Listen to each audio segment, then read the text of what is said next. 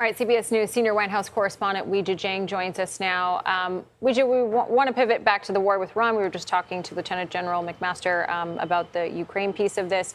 What stood out to you from the Pentagon briefing this morning?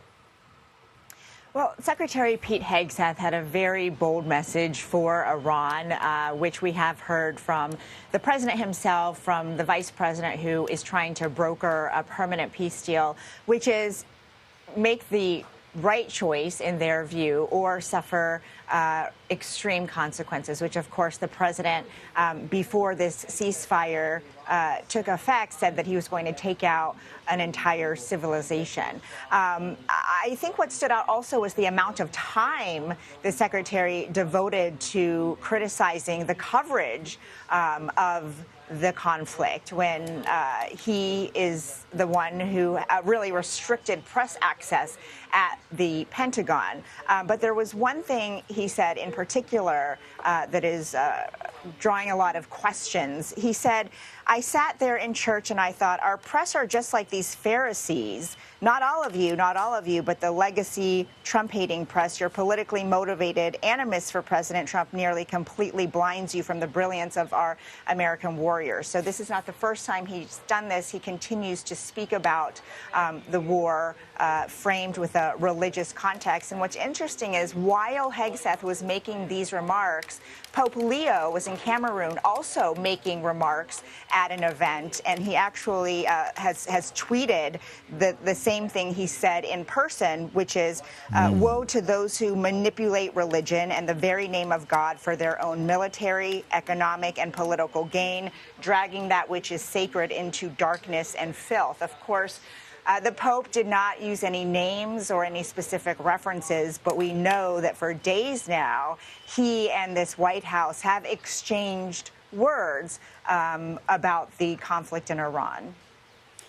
That is incredibly powerful from the pontiff to put out a statement like that on social media, Weijia, because it directly rejects the kind of language that our politicians who profess to be men and women of faith are using when they describe other members of our of the United States, because members of the press, at least the American press, the White House press corps, the Pentagon press corps, who are American citizens, I'm talking about those specifically, are being attacked in such a way from the podium by the defense secretary. So I'm sure there's going to be a lot more reporting on that. I know Chris Livesay is traveling with the Pope. Let's talk about Pakistan, who's pushing for a new round of talks between the U.S. and Iran.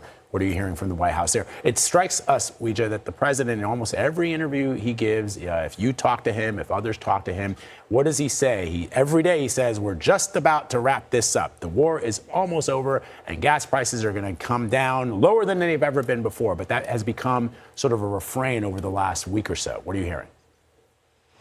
Well, the White House is still very optimistic about reaching some sort of peace deal, at least publicly. They continue to say there is engagement, there are talks happening. There's just not an official date for a second round of direct negotiations after Vice President Vance led the first round in Pakistan that ended without a permanent peace deal. And the issue is really Iran's nuclear ambition. They cannot decide on how or when Iran is going to give up all of its tools to stop even trying to build a nuclear weapon, which it says it is already not doing.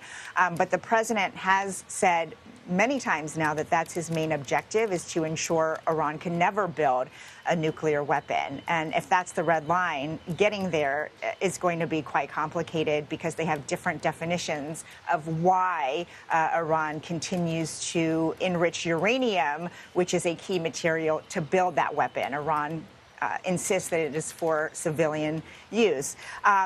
Anyway, all that to say that while the public posture is that these talks are coming soon, we are going to have another round, we are optimistic, until that happens, it's difficult to really know when there might be an end in sight. And even if there is another round of direct negotiations, how do you overcome these massive hurdles that have not only plagued this recent round of talks, but really any kind of deal between Iran and U.S. for decades now?